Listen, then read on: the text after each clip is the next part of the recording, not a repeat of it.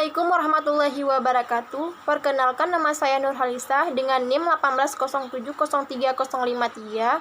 Nah, pada video ini dibuat untuk memenuhi salah satu tugas mata kuliah Ekologi Perairan dengan dosen pengampu Pak Ilham Zulfahmi MSI. Pada kesempatan kali ini saya akan mencoba menjawab 6 pertanyaan mengenai danau. Pertanyaan yang pertama, benarkah Danau Poso merupakan danau purba? Jika benar, mengapa disebut danau purba? Jadi, sebelum kita menjawab pertanyaan ini, sebelumnya kita harus mengetahui apa itu ciri-ciri dari danau purba terlebih dahulu.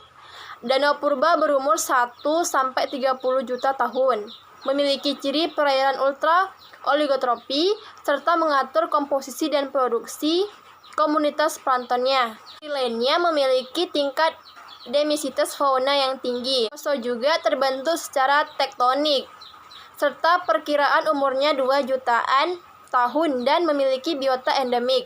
Karena biota tersebut terkurung ketika Danau Poso terbentuk, sehingga Danau Poso dapat dikatakan sebagai danau purba.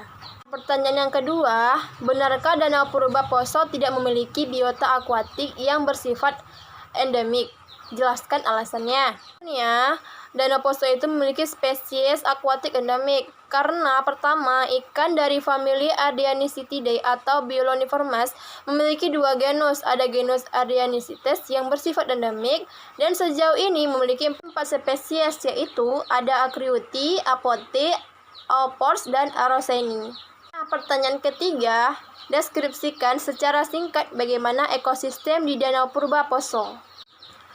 Nah, jadi Danau Poso itu merupakan danau purba tektonik yang terletak di kota Tentena, Kabupaten Poso, Sulawesi Tengah.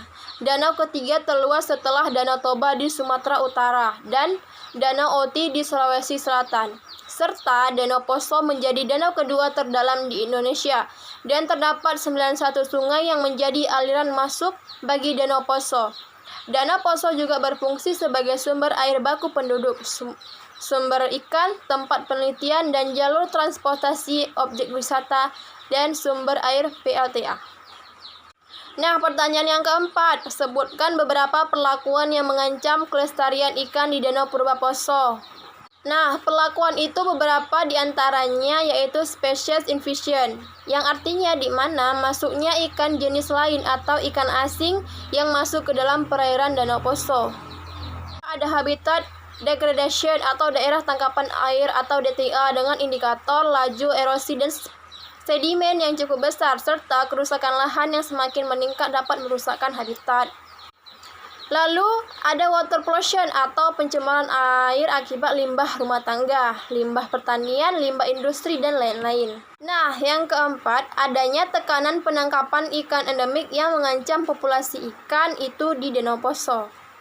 Nah, pertanyaan yang kelima, zona litoral Danau Poso lebih rentan terhadap ancaman dibanding zona lain, benarkah?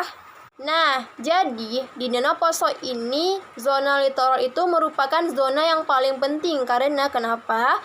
Zona litoral berada di wilayah tepian danau dengan kondisi yang sangat produktif dan menjadi habitat penting bagi biota danau.